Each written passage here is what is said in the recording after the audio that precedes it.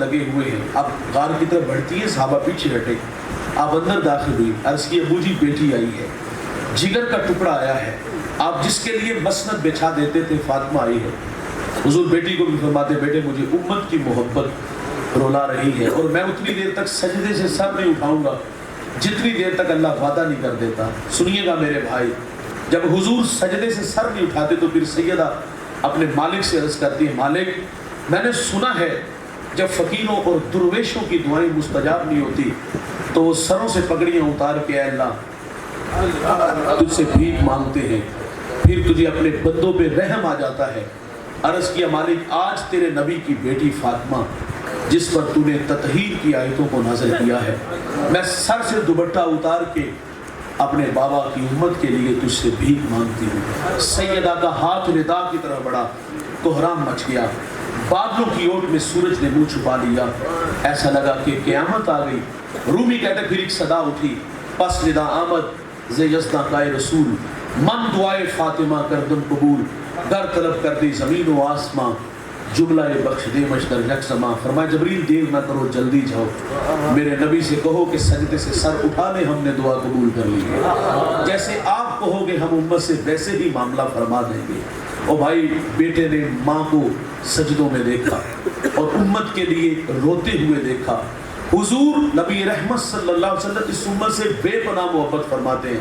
فضل بن عباس رضی اللہ تعالیٰ عنہ فرماتے جب حضور کو مرکز نور میں اتارا گیا تو میں نے دیکھا کہ حضور کے لب حرکت میں ہیں.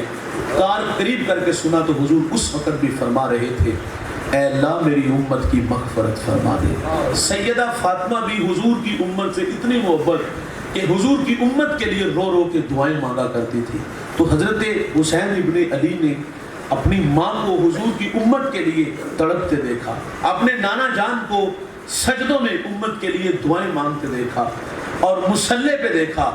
تو بھائی جان یہ گھر کے ماحول سے دیکھیے اولاد کو نیک بنانے کا آسان طریقہ کیا ہے, آپ خود نیک بن جاؤ. آپ کی پیشانی میں سجدے ہوں گے, آپ کی آنکھوں پر حیا کے پہرے ہوں گے, کانوں میں قرآن کے نغمے ہوں گے, لبوں پر سونے محمد کے ترانے ہوں گے, تو بھائی جان یہ ترانے نغم جو ہے وہ نسلوں تک جائیں گے. حسین ابن علی نے گھر کے ماحول سے سجدے لیے, گھر کے ماحول سے حضور کی امت کا پیار ملا, حضور کی امت کی محبت نصیب ہوئی.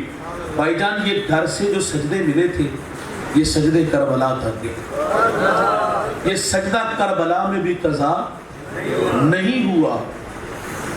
ماں کا کردار جو ہوتا ہے وہ نسلیں بناتا ہے. نیپولین یا ہٹلر کہتا ہے کہ مجھے اچھی مائیں دو میں تمہیں اچھی قوم دوں گا.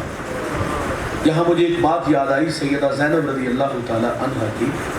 اب جب کربلا سے مدینہ آئی نا تو خواتین افسوس کے لیے کسی خاتون نے کہا کہ کربلا میں خاندان نبوت میں سب سے مشکل گھڑی کون سی تھی.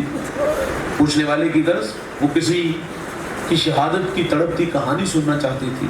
تو کیا سیدہ زینب نے حضرت امام حسین رضی اللہ تعالیٰ عنہ کی شہادت کا تذکرہ کیا کہ ان کے جو ہے وہ پورے جسم میں تیر تلواریں پیوست ہو گئے اور وہ گھوڑے سے زمین کی طرف آئے اور پیشانی سجدے میں رکھ دی. شہداء کی لاشوں پہ گھوڑے دوڑائے گئے. کیا علی اکبر کی شہادت کا تذکرہ چھیڑا کہ وہ 18 سالہ جوان جب میدان میں آیا اور اپنی تلواروں سے کئی لوگوں کو ذبح کیا اور پھر واپس خیمے کی طرف آیا اور اپنے والد سے کہا کہ ابا جی 2 گھونٹ اگر پانی نصیب ہو جائے تو دیکھیے گا کہ آپ کا بیٹا ان دشمنوں کو کس طرح لتاڑتا ہے. تو حسین نے اپنی خشک زبان اپنے بیٹے کے منہ میں رکھ دی, تھوڑی سی تراوٹ آئی تو یہ بیٹا پھر میدان میں اترا. اب کے بعد دشمن تو چال بدل چکا تھا. دور سے علی اکبر کو پتھر مارے گئے. یہ پتھر رخسار پہ بھی لگے ہوں گے, یہ پتھر آنکھوں پہ بھی لگے ہوں گے, یہ نازک لبوں پہ بھی لگے ہوں گے. جب چاروں طرف سے پتھر برس رہے ہیں یہ 18 سالہ جوان, کیا زینب یہ کہانی بات سنا رہی ہے کہ وہ جوان گھوڑے سے زمین کی طرف آیا اور جب زمین پہ تشریف لایا تو آواز دے کے کہا ابا جی مجھے سنبھالیے گا. اور حسین اپنے جوان بیٹے کو وہاں سے اٹھا کے خیمے تک لائے اور اپنے مالک سے کہتے اللہ میرا جوان علی اکبر اپنی بارگاہ میں قبول فرما لے, میرا علی اکبر اپنی بارگاہ میں قبول فرما لے. کیا سیدہ زینب نے علی اکبر کی شہادت کا تذکرہ چھیڑا؟ کیا سیدہ زینب نے علی اصغر کی شہادت کا تذکرہ چھیڑا کہ وہ 6 ماہ کا ننھا بیٹا جس کے حلق میں 2 شاخہ تیر لگا اور وہ خون نکلا اور فضا میں اڑا دیا گیا، اور حسین اپنے مالک سے کہتے اللہ حسین کی یہ ننھی قربانی قبول فرما لے۔